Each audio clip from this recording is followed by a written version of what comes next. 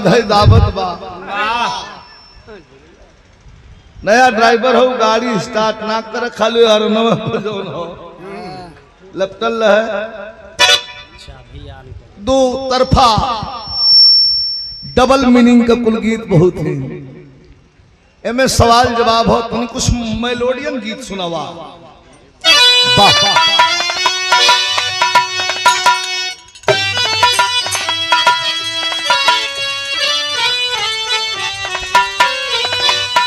अरे वाह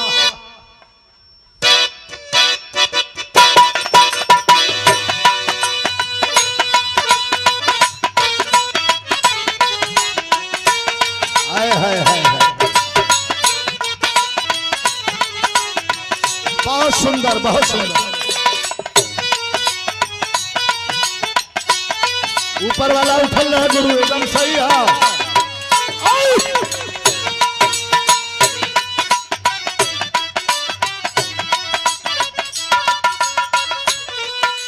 धन्यवाद, बहुत बढ़िया सवाल। नायक नायिका के बीच में कोनो कोनो गीत बड़ी सुंदर हो जाले, ओकर ट्यून बड़ी बढ़िया हो जाले।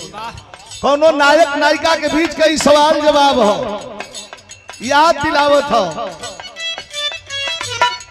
तू याद न करेलू,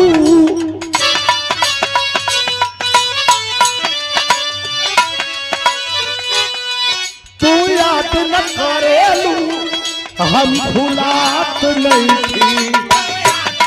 तू याद न करेलू, हम भुलात नहीं थी।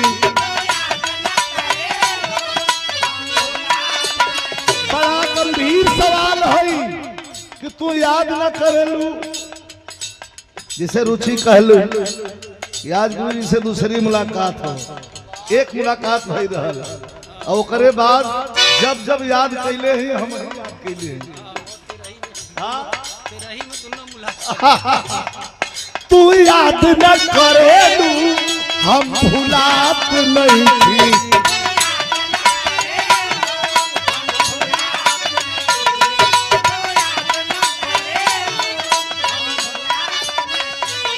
₹100 सुरेश। अरे तुम अब उतना दूर आई, अबे तो ठीक है हुआ हुआ।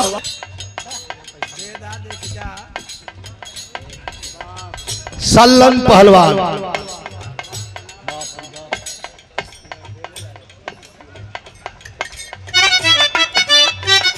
जरा ये लाइट जला दो भाई, लाइट जलाओ। बहुत बहुत आपके प्रणाम। वो में कुछ जोड़ा लगा, लाइटिया जलवावा जल्दी।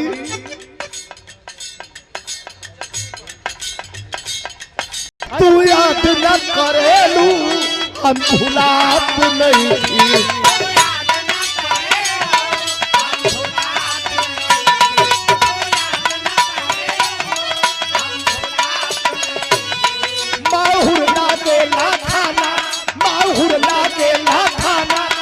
कहियो खाप नहीं थी।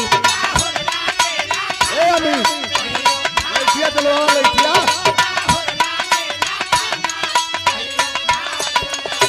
अरे तू याद न करेलू, हम भुलात नहीं थी। बहुला के खाना कहियो खाप नहीं थी।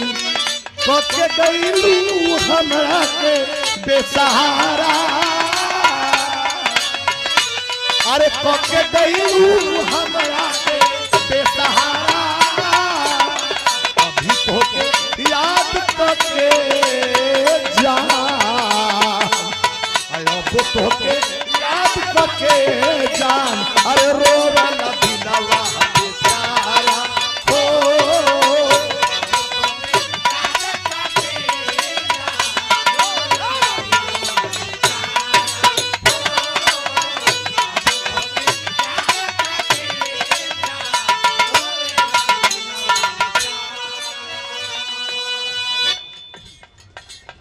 और दादाजी की सुपुत्री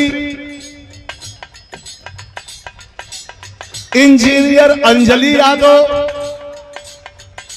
और उनके जीवन साथी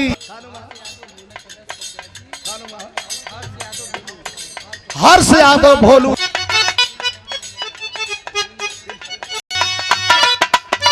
हाय मास्टर का कहत हो? अरे इतना गौरवतानी हम तो ना छुरा ना हाय।